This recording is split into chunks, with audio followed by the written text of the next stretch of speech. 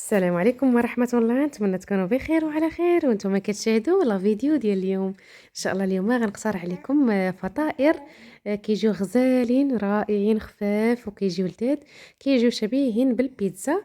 المقادير ديالهم ساهلين، وكذلك في التحضير ديالهم ساهلين. نتمنى تكملوا الفيديو حتى الاخير، واللي اول مره كيشوف القناه فمرحبا والف مرحبا، يشترك ويفعل الجرس باش يتوصل كل جديد ديالي. وكنشكركم بزاف بزاف على حسن المتابعة، وندوزو مباشرة للمكونات وكذلك طريقة التحضير، فرجة ممتعة.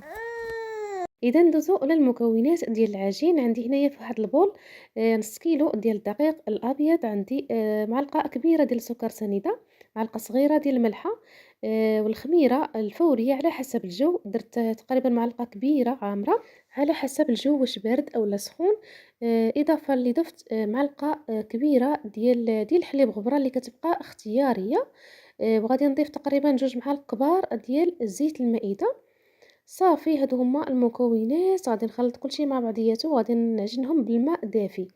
وهنايا العجينه خاصها تكون خفيفه نوعا ما تكونش العجينه ديالتكم قاصحه، باش هاد الفطائر هادو كيجيونا خفافين وكيجيونا رطبين. صافي غادي نعجنها، راه دغيا كتعجن يعني كميه قليله، وغادي نخليها تختمر في مكان يكون هكا دافئ الا كان الجو بارد. غادي نغطيها ونخليها تختمر جانبا، وندوزو نحضروا الحشوه اللي كتبقى اختياريه. غندهن البول ديالي بالزيت كيف ما كتشوفوا، وغادي نغطيها بالسلوفان، وغادي نطرفها. هنايا في المقله عندي واحد البصله، وعندي فلفله حمراء وصفراء. تقدروا ديروا حتى الفلفل الاخضر، يعني الحشوه كتبقى اختياريه ليكم. شويه الملحه وشويه الابزار، زيت المائده، وغادي نخليهم يتشحروا صافي. ومن بعد نطفي عليهم النار ونخليهم جانبا. كيف ما هاد الحشوه تقدروا تستعملوها هكاك بارده بلا ما طيبوها. صافي، هنا العجينه ديالتي من بعد ما اختمرات وضاعف الحجم ديالها كيف ما كتشوفوا. غادي نديكازيها ونحيد من هذاك الهواء، وغادي ندهن سطح العمل بالقليل من الزيت. صافي، وغادي نشكلها هكا كويرات على الحجم اللي كتفضلوا. انا قسمتها الى 7 كويرات اولا 7 فطائر، يعني القياس اللي كتفضلوا انتوما، واش كبارين اولا صغارين. انا استعملتهم هنايا متوسطين.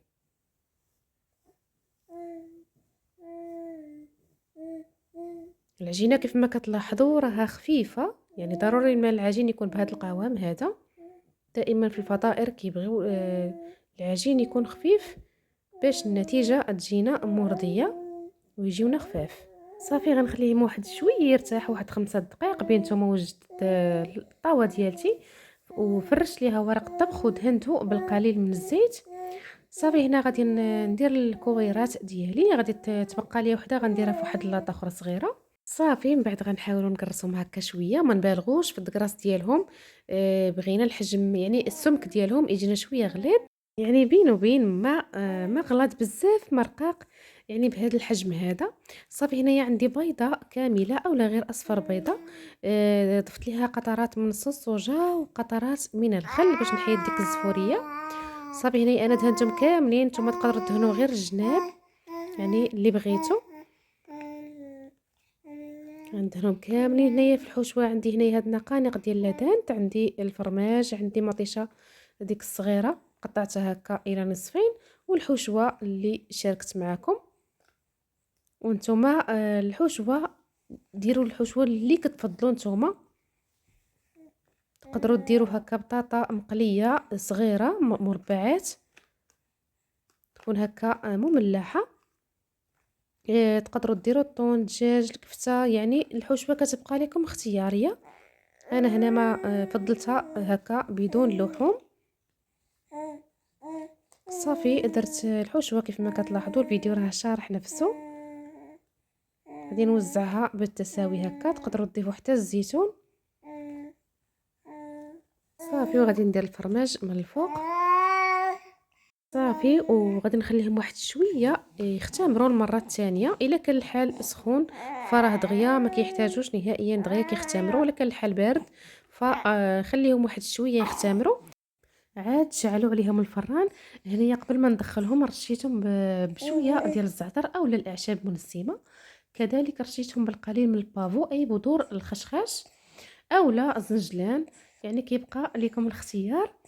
صافي وغندخلهم الفران يطيبوا من الجهه الفوقانيه. انا عندي الفران ديال الغاز، غادي ندخلهم على عافيه تكون هكا متوسطه حتى كيطيبوا من التحت. عاد غنهبطهم لتحت يتحمروا. وريتكم هنايا الفطيره اللي تبقات ليا حتى هي عمرتها بنفس الحشوه. صافي هنا من بعد ما خرجتهم بعد ما طابوا راه خليتهم تحمروا مزيان بهذا الشكل هذا. الا ما بغيتوهمش هكا محمرين او ما بغيتوش داك الفرماج يجيكم محمر مزيان، فخليو الفرماج حتى لاخر لحظه حتى كيطيبوا. عاد ضيفوه. هذا هو الشكل ديالهم. الصراحه كيجيو رائعين خفافين ولذاذين وكيجيو رطبين رطبين. ملي تخرجهم من الفران غتخليهم واحد شويه يريحوا، راه صافي دغيا كيرطابوا وكيجيو هكا خفافين ريشه. وانتم كتشاهدوا الفيديو ما فيها باس الا درتوا داك لايك للتشجيع فقط. الا عجبكم المحتوى كنشكركم بزاف بزاف. الا وصلتوا معايا حتى لهنا وبقاو معايا حتى نقطع معكم هاد الفطائر هادو باش تشوفوا هكا كيفاش كيجيو من الداخل. دائما كنقرا التعاليق ديالكم بصراحه، تعاليق محفزه وكتشجعني انني نزيد نعطيكم المزيد من الوصفات السهله والمبسطه. فسجلوا هذه الوصفه عندكم وضيفوها لقائمه شهيات رمضان. رمضان يعني على الابواب، فسجلوا الوصفه عندكم. هادو هما الفطائر. شوفوا معايا كيفاش كيجيو هكا من الداخل، كيجيو مسفنجين وخفافين ورطبين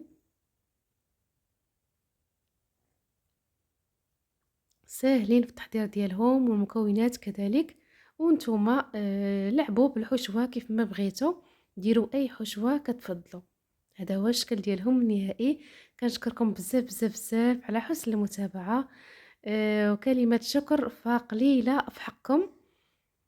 وكنضرب لكم موعد الوصفات جداد بحول الله، وغادي نشارك معكم كذلك هذه الفطيره اللي تبقات ليا حتى هي. وغنخليكم في اخر الفيديو مع بعض الصور اللي عندي في القناة او بعض الوصفات اللي شاركت معكم مؤخرا. ونخليكم مع الفيديو وفرجة ممتعة. بسلام عليكم الى فيديو قادم بحول الله.